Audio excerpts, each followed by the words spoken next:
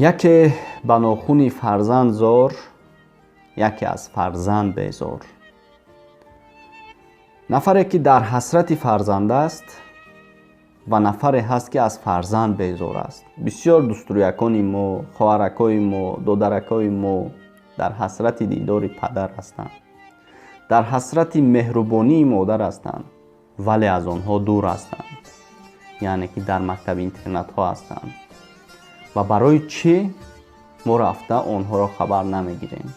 آنها پدر و مادر و مهربانی پدر و مادر را ندیدن، باید ما رفته مهربانی کنیم.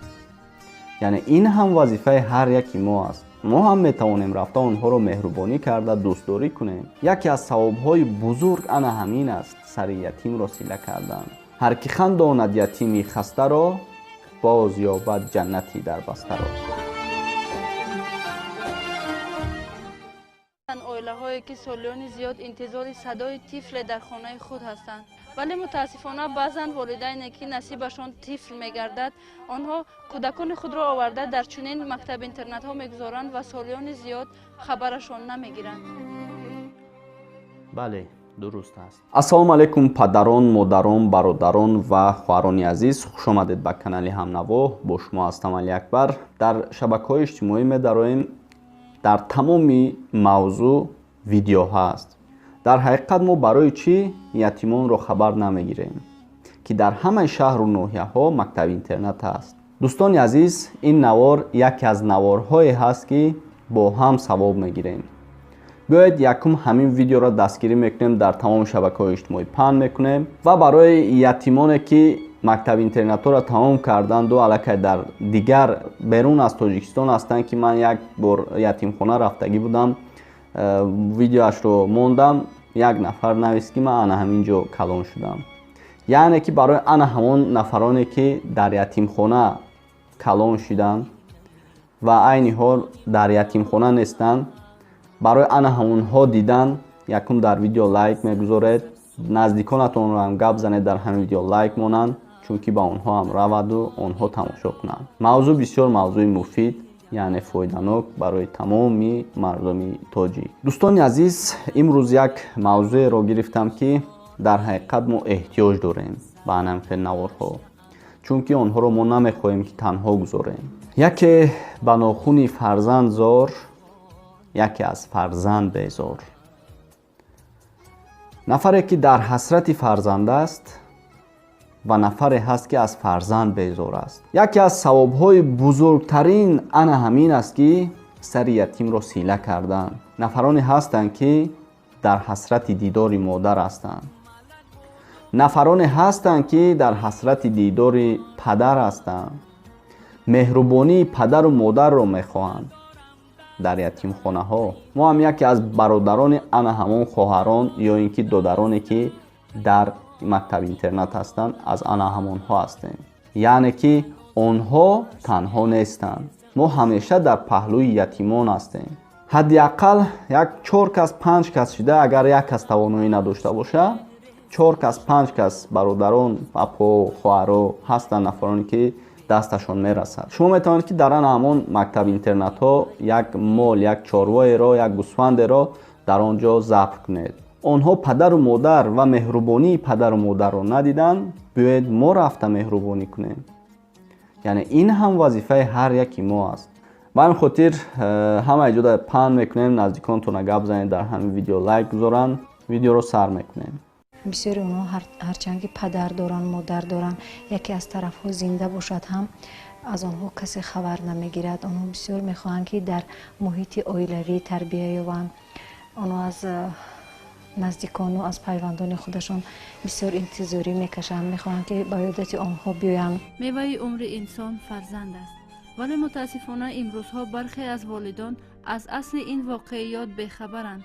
اگر میدانستند هیچگاه فرزند دوستروی و زیبای خود را با پیش آوردن بهانه زیاد پشت در یتیم خانه ها آرمانی نمی کردند. وقتی که من در ناحیه یابان زندگی می کردم، پدرم از دنیا گذاشتم.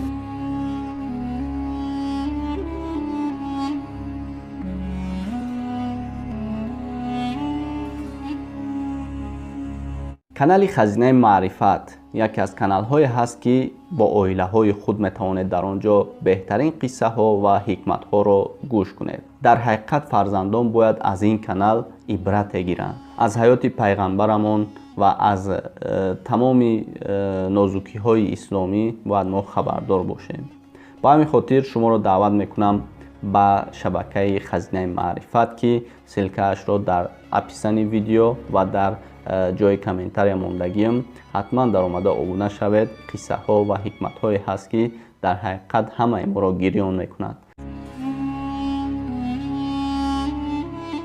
بعضی آنها که هنوز خرد هستند و درباره گناه و اشتباه چیزی نمیدانند، ولی باز از آن مادران بیرحم و سنگدل خود که سالهاست سراغشان نمیکنند خواهش آمدن و آنها را با خود بردن را دارند. مادر جان، من میخواهم که شما با دیدارگیریم و با همراه خواهرم بیاید مرا مهربانی کنید و به خانه برده از کامپیوتری که دارم با پورگی و اصلاح کنید. میخواهم که همیشه با دیدار بینی آید و مرا ترک نکنید.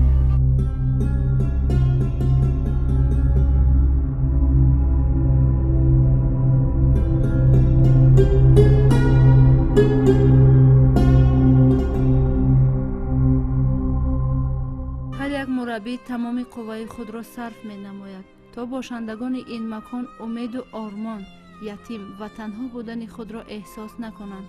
ولی با وجود این هر یک کودک این درگاه نوازش مادر خود را پزمان است. هرچند که مهر و محبت نوازش با آنها کمی نیست، تمامی هر یک کارمند مکتب پرورشگاه در خدمت همین 383 نفر خوانندگان می باشند.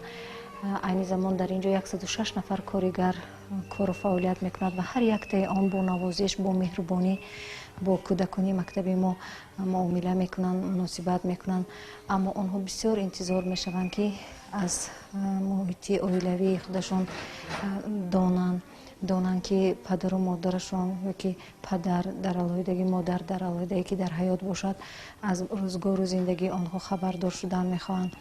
متاسفانه هستند پدران، مادرانی که بعد از به مکتب پرورشگاه آوردن کودکانشان الکی از محیط تاجیکستان حتی برآمده رفتند.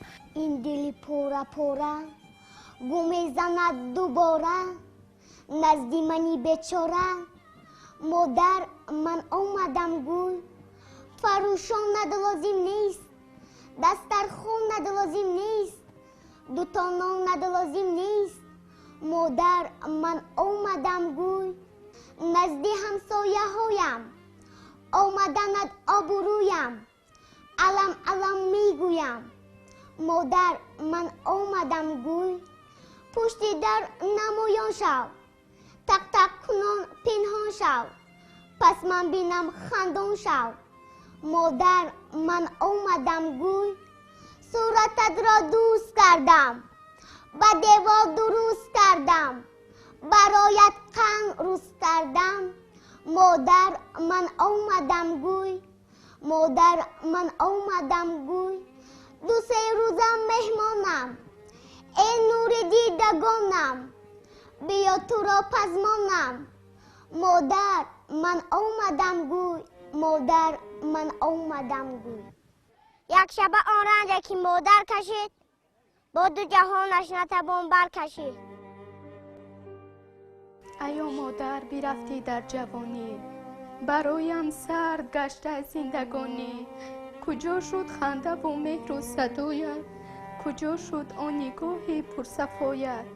ایا مادر بیرفتی از بری من، به آبی دیده تر گشت بستری من. خدایا تو بگردان مادرم را، شود از نو خورشید بر سری من. ایا مادر جهانم به تو خار است، مرا با تو سرور و هم بهار است. بیا مادر، بیا مادر که پزمانی تو گشتم، بیا که دخترت چشم انتظارت.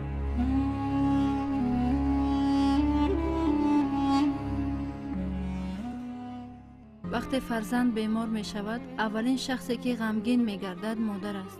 ولی افسوس که در زمان امروز بعضی مادران از این مسئولیت خود фаромӯш сохтанд. дар мактаб интернати мо духтараке бо номи сайёра зиндагӣ мекунад ки ба қариб ки ӯ гирифтори бемории куруда шуд ва вақте ки вай бисёр тасб кард аҳволаш бад шуд, аз мо бисёр хоҳиш кард ки модарашро мо даъват кунем.